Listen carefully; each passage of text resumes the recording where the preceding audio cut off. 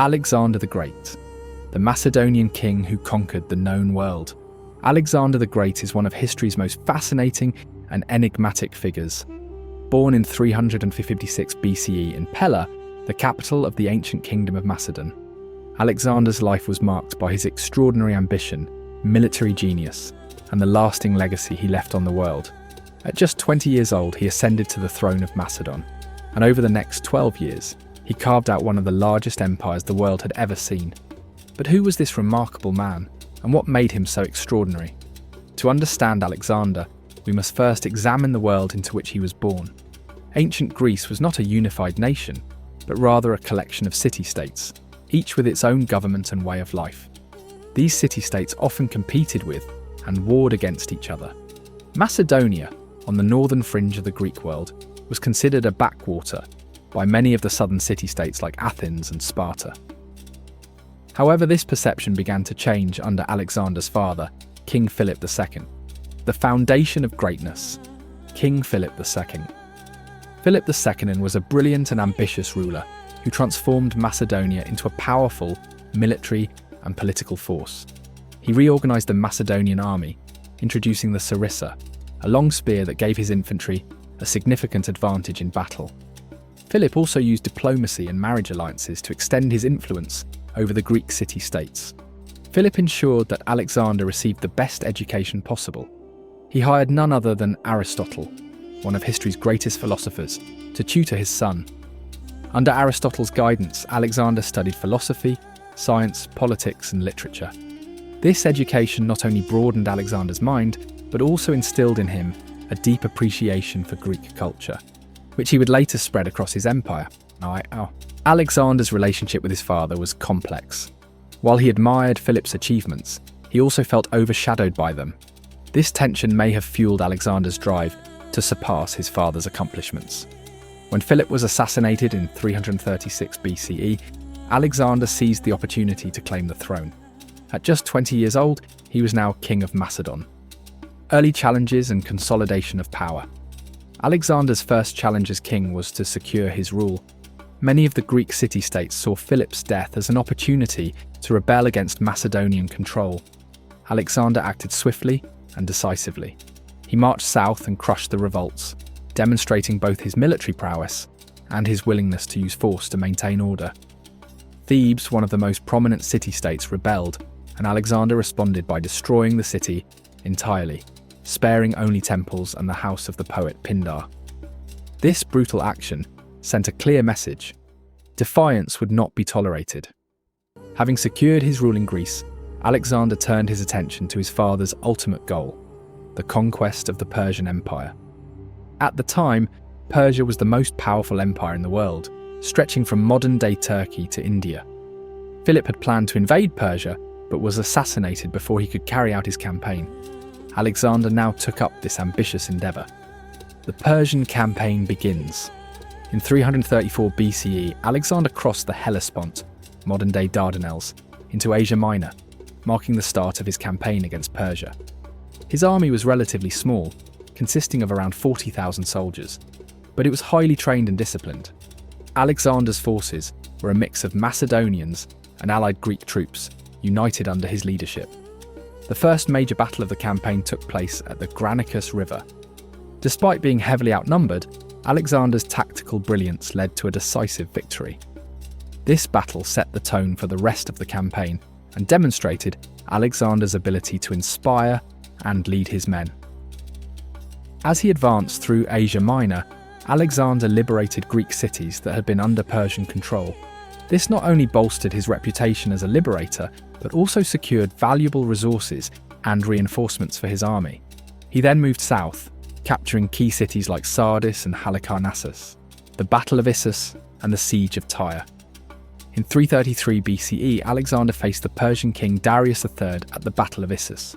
Despite being heavily outnumbered, Alexander's superior tactics and the discipline of his troops resulted in a stunning victory. Darius fled the battlefield, leaving behind his family, who were captured by Alexander. This victory was a turning point, as it demonstrated that the Persian king was vulnerable. Alexander's next major challenge was the city of Tyre, a heavily fortified island city. The siege of Tyre, which lasted 7 months, was one of Alexander's most impressive military achievements. Unable to breach the city's walls with conventional tactics, Alexander ordered the construction of a causeway to connect the island to the mainland. This bold and innovative strategy allowed his army to storm the city. The fall of Tyre secured Alexander's control of the eastern Mediterranean, conquest of Egypt, and the founding of Alexandria. After the siege of Tyre, Alexander marched south into Egypt, which was under Persian control. The Egyptians, disillusioned with Persian rule, welcomed Alexander as a liberator. In 332 BCE, he entered Memphis, where he was declared pharaoh. During his time in Egypt, Alexander visited the Oracle of Ammon at Siwa Oasis, where he was proclaimed the son of Zeus. This event reinforced his belief in his divine destiny. While in Egypt, Alexander founded the city of Alexandria on the Mediterranean coast. Alexandria would become one of the most important cities of the ancient world, a centre of learning, culture, and commerce. It was the first of many cities that Alexander would name after himself during his conquests. The decisive Battle of Gaugamela. In 331 BCE, Alexander faced Darius III again, this time at Gaugamela in modern-day Iraq. Darius assembled a massive army, far larger than Alexander's, and chose a battlefield that favoured his superior numbers. However, Alexander's strategic brilliance once again prevailed. By exploiting gaps in the Persian lines and leading a daring cavalry charge, he routed the Persian army. Darius fled once more, effectively ending Persian resistance. The victory at Gaugamela marked the collapse of the Persian Empire. Alexander entered the Persian capitals of Babylon, Susa, and Persepolis, seizing vast amounts of treasure. In a symbolic act, he burned the palace of Persepolis, perhaps as revenge for the Persian invasion of Greece a century earlier. The eastern campaigns with Persia defeated, Alexander turned his attention eastward. He sought to extend his empire into Central Asia and India, regions largely unknown to the Greeks. His campaigns in these areas were some of the most challenging he faced, as he encountered harsh terrain, fierce resistance, and the logistical difficulties of operating far from home. In Central Asia, Alexander founded several cities, including Alexandria Eshate, the furthest Alexandria, in modern-day Tajikistan. He also married Roxana, a Bactrian princess, in an effort to integrate the local population into his empire. In 326 BCE, Alexander crossed the Indus River into India, where he faced King Porus at the Battle of the Hydaspes. This battle was one of Alexander's hardest-fought victories, as Porus's war elephants posed a significant challenge. Despite the difficulties, Alexander's forces prevailed, and he treated Porus with respect, allowing him to retain his kingdom as a subordinate ruler.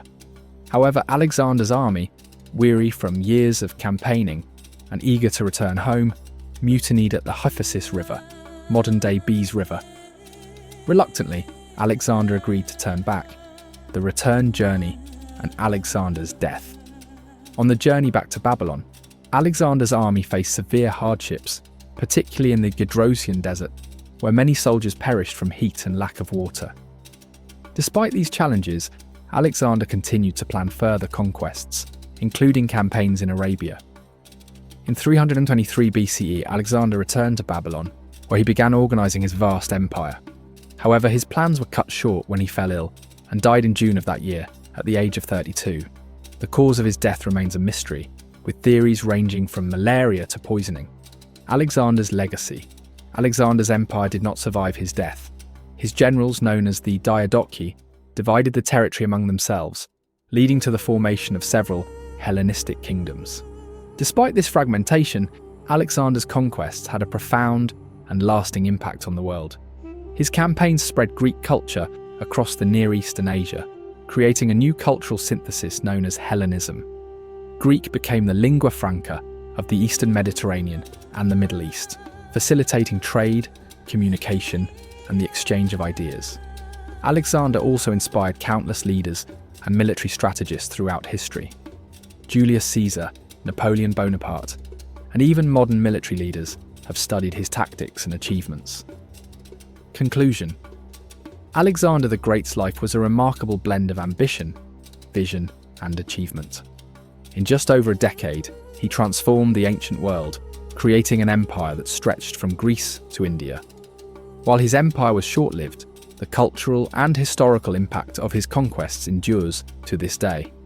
Alexander remains a symbol of what is possible when determination, intellect, and ambition come together in a single individual.